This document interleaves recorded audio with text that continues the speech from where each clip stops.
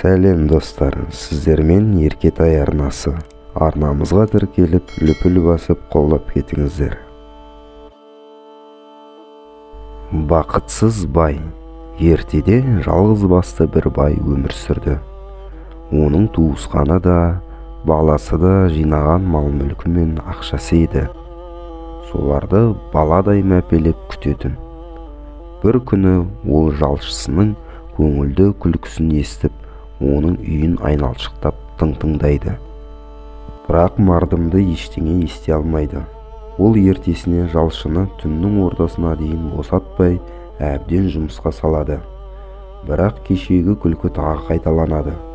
Дегбірі қашып, шыдамсызданған бай, енді мынауың менің қазынамнан ұрлап жүр, сол үшін үйіне барып мәз болып жатыр, деген жаман ойға кетті. Ол жалшының есігін бір теуіп кіріп барды. Сөйтсе жалшысы екі баласын арқасына мінгізіп алып, өзі ат болып ойнап жүр екен. Ақымақ, бүгін қиралаңдап дұрыс жұмыс істемедің. Түнімен мына мұрынбоқтарыңды ойнатамын деп шаршайды екенсің ғой, деп ақырды. Қожайын, осы екі балапанымды көргенде шаршау, уайым дегенді ұмытып, тыңайып сергіп қалам, деп байыпты қалпынан жазбай жауап берді малайы.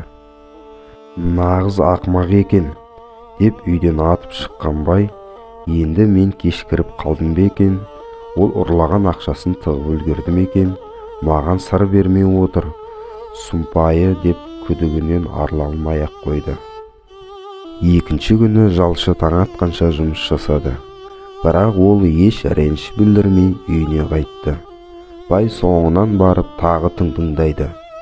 Құлағына шықырлаған ақша мен сылдырлаған күміс теңгені жалшысы санап жатқандай естіліп кетті. Ол тағы да есікті бір теуіп кіріп барды. Екі баласын екі жағына алып, қаннен қаперсіз рахаттанып ұйықтап жатқан жалшының көргенде не істерін білмей қалды. Үн-түнсіз білдіртпей үйден шығып, сонда да күдігі сейірлер емес. Ертесіне жалшысының көңілді, сергек қалпы байға өзін мазақ қылып тұрғандай көрініп кетті. Бай ақыры, менің қазынамнан біраз қаражат жоғалды. Соны сенен басқа ешкім алған жоқ. Себебі сен үнемі көңілді жүресің. Тыққан ақшаң болған соң, көңілің тоқ боп жүр деді. Сонда жалшысы: қожайын, жағдайың сорлы құлдан да жаман-ау. Күнде кешке үйімді торауылдайсың.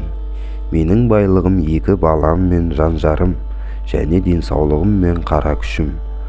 Құланектеніп таң атқаннан кеш батқанша Тәңіріммен осы байлығымнан айыра көрме деп тілеймін.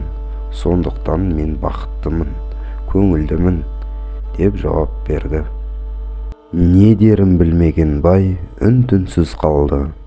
Япырмай, шынында мына қара құл бақытты, мен сияқты қызғанатын байлығы да жоқ. Байлық маған бақытсыздық үшін біткен бе? Басым ауырып кетті. Осы күні жалшы үйіне ерте қайтты. Оның сыртынан қарап тұрған бай, алдынан жүгіріп шыққан екі баласына, қызға қарап қалды. Мінекей достар, видеомыздың соңына да жеттік. Арнамызды қолдауды ұмытпаңыздар. Қош сау болыңыздар.